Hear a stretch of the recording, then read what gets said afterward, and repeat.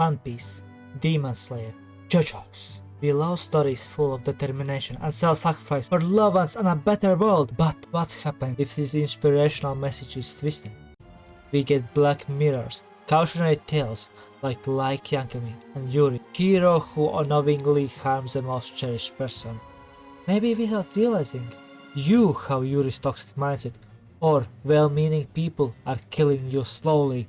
To avoid that, join this bizarre adventure in people's minds. Seeing Briar's sibling backstory, we understand Yuri's determination to protect and help Sis as she did in their childhood.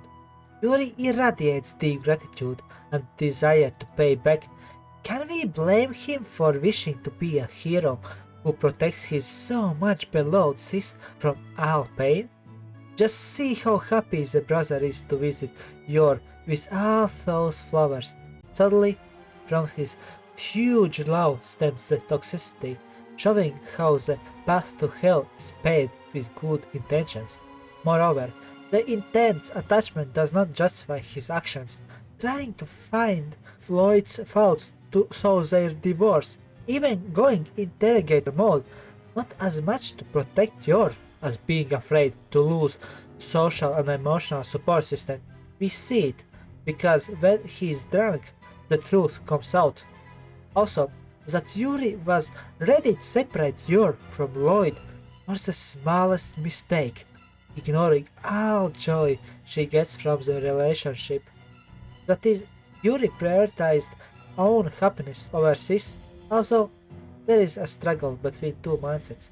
On the one hand, he pushed Sis to have relationships, even offered help to find somebody.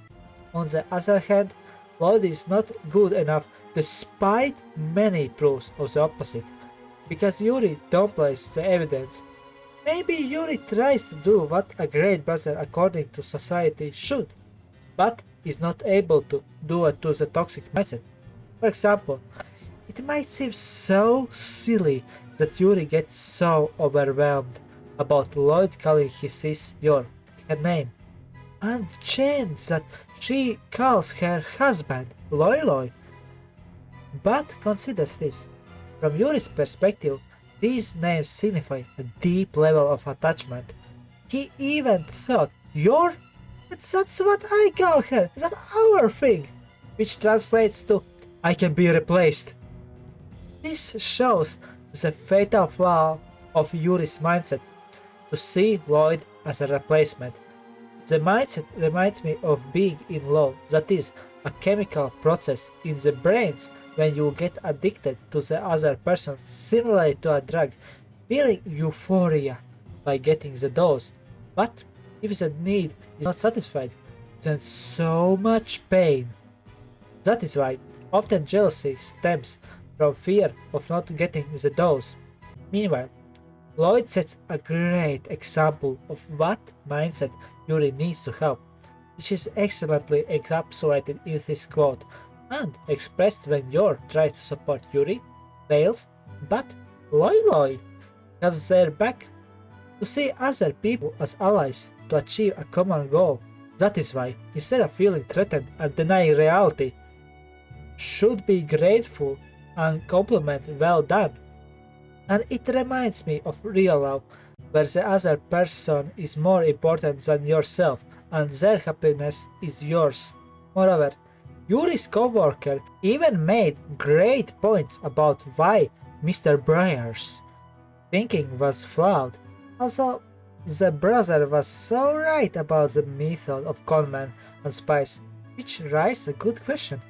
Does the danger of betrayal outweigh the benefits of opportunity? Do you concentrate on trying not to lose or winning? From my experience by having a sister, I totally agree with Loid. There is only so much one person can give without making huge sacrifice. Sometimes life is so difficult that you are drowning in your own things. That is why more people have a strong bond with her, bigger is the support, help. And knowing that a person dear to me is happy also improves my mood. Moreover, addressing the big question, I have the usual case, where siblings which have grown up together see each other only non-sexually, without physical attraction due to society's priming and segmenting mindset about each other during pre-puberty. Unlike Yuri, I have not been so traumatized that I perceive my family members as the only ones capable of giving me a social and emotional support system. Also, failure is painful, but by doing we gain experience and become better. In my cis case, each failed relationship, even broken heart, was a step closer to finding true love. But it is up to each individual to decide whether the price is acceptable. That is why whether the loved ones will prosper or be doomed partially depends on attachment style. For example, if they have an appropriate level of hardship, a healthy approach is making the other person stronger so they can overcome the challenge, be more self-sufficient, like you're training Anya. Instead of solving the hardship in their place, controlling the environment, or even basically imprisoning the person, in the result increasing dependency and fragility, like Yuri being overprotective and trying to destroy any other strong bond. In my opinion, the author should have kept Yuri like he was in episode 8, chapter 12, being overprotective due to strong attachment to the sister. Over-the-top nature is even foreshadowed by Yor, who has a similar trait, going Thorn Princess mode, even killing for his sake. What has been done in episode 9, chapter 13 is too far, because it makes Yuri much less relatable representation of overprotective people and creates unnecessary uneasiness, controversy. I talked more about why it is so bad in my episode 3 review. Really, one thing is to see Yor as a mother figure, but another as a love interest. The only reason why I can make coherent episode 2 and 9 Yuri is because the possible kiss awakened something within him. I love that Yor's relapse to be perfect is so realistic, because change takes time and constant work, usually from a few weeks to months to make a habit, from a half year to 2 years to drastically change a life. Luckily, Loid shows a better mindset by not missing the forest for the trees. This again reminds me of cognitive behavioral therapy, which I already explained in Spy Family episode 6 review. The quote also reflects on Twilight, who so much enjoys to be Loid because deep down desires to have strong bonds and depend on others. We saw his envy of the strong bond between Yuri and Yor. Makes sense that the spy start of deep, genuine connections by having only fake relationships, or at best a colleague like Frankie. As Twilight acknowledged, careless trust can be very costly, moreover has childhood trauma due to war, but at the same time there are mental needs. I love how he goes from faking to making due to resonating with Anya about how harsh their childhoods are, so deeply caring about the girl that risks a super important mission multiple times for her well-being. He tries so hard to be a great dad, like reading about Bowman to better communicate with Anya and teach her with tangential learning, while I would definitely like to get more of this valuable intel.